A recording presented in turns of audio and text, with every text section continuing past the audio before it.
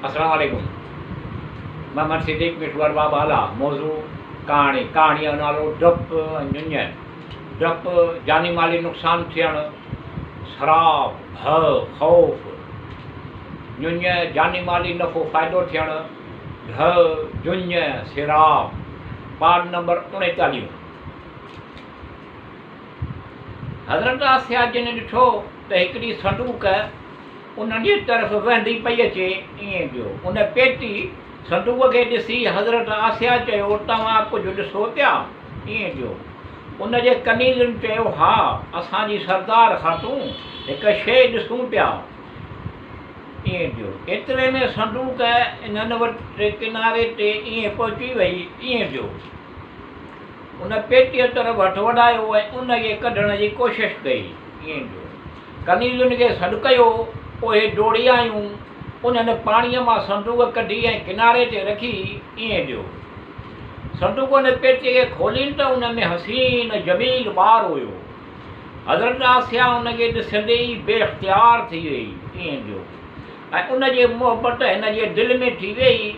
ॿार खे गोद में खयो ऐं चयो, हिन ॿार खे तुंहिंजो पंहिंजो पुटु बनाईंदसि। ईअं पियो।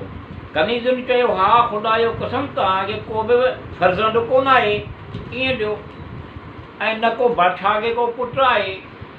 हिन ख़ुशि जमाल फ़र्ज़ंद खे पंहिंजे फ़र्ज़ंदीअ में वठो। ईअं पियो। इहो ॿुधी हज़रत आसिया उथी ऐं फ़िरौन वटि खणी वई ऐं चयो, हीउ ॿारु निहाद पाकीज़ा आहे, चाहियां थी त हिन खे फ़र्ज़ंदीअ में वठां। ईअं पियो। मुंहिंजे ऐं तुंहिंजे अखियुनि जी रोशनीअ जो सबबु थींदो। फ़िरौन खे चयो, हिन खे क़त्लु न कजांइ। ईअं पियो। फ़िरौन चयो, किथां मिलियो आहे? आसिया चयो, मालूम कोन्हे, ख़बर त कंहिंजो ॿारु आहे। ईअं पियो। दरिया में वहंदो वञी रहियो हुयो, उतां कढियो आहे। ईअं पियो। पोइ एतिरे क़दुरु इसरार ऐं इल्तिमास कयो जो फ़िरौन राज़ी थी वियो। ईअं पियो। जॾहिं माण्हुनि ॿुधो त फ़िरौन हिकु ॿार खे फ़र्ज़ंदीअ में वरितो आहे त उन्हनि उमराए अराकीन पंहिंजियूं औरतूं हज़रत मूसा अलैहिस्सलाम जिन खे खीरु पीआरण लाइ मोकिलियूं ऐं हज़रत मूसा अलैहिस्सलाम जी परवरिश कनि। पर हज़रत मूसा अलैहिस्सलाम कंहिंखां बि खीरु कोन वरितो। ईअं जो फ़िरौन जे घरवारी हज़रत आसिया चयो, हिकु दाई मुंहिंजे ॿारु खीरु पीआरण जे लाइ तलाश करियो। कंहिंखे हक़ीर न सम्झो, जो बि मिले उनखे वठी अचो। जेका बि औरत खीरु पीआरण लाइ ईंदी हुई, हज़रत मूसा अलैहिस्सलाम उनजो खीरु क़बूलु कोन कयो।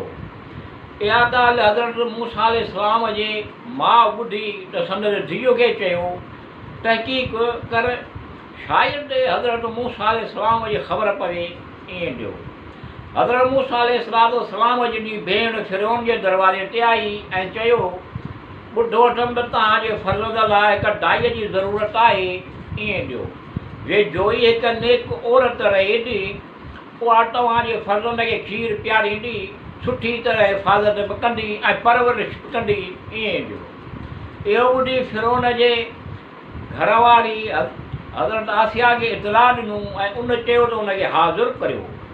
हज़रत मूसा अलैहिस्सलाम जी भेण हज़रत आसिया वटि आई। ईअं जो हज़रत आसिया चयो, कहिड़े गुरोह मां आई? ईअं चयो। हज़रत मूसा जी भेण चयो, बनी इसराइल जी जमायत मां आया। ईअं जो हज़रत आसिया चयो त बनी इसराइल जी औरत खीरु पीआरे, फ़िरौन क़बूलु कोन कंदो, तूं हली वञ। ईअं जो ॿियनि औरतुनि चयो, बीबी ख़ुदा तव्हांखे आफ़ियत ॾे, उनखे घुराए त ॾिसो, ॿारु खीरु पीए थो या न? हज़रत आसिया चयो, जेकर ॿारु खीरु क़बूलु कयो त फ़िरौन राज़ी कोन थींदो, चवंदो औरत खीरु पीआरण वारी बनी इसराइल जी आहे।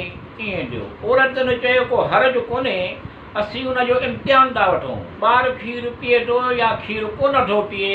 ईअं जो हज़रत आसिया चयो, चङो भला, उन औरत खे घुरायो। हज़रत मूसा अलैहिस्सलाम जी भेण माउ वटि आई, चयो त बादशाह जे घरवारी आहे, तोखे घुरायो। हज़रत मूसा अलैहिस्सलाम जिन जी माउ आई ऐं जॾहिं उन हज़रत मूसा अलैहिस्सलाम जिन खे गोद में खयो ऐं खीरु पियारियो त उन ख़ुशि थी खीरु पीअणु लॻो। ईअं थियो।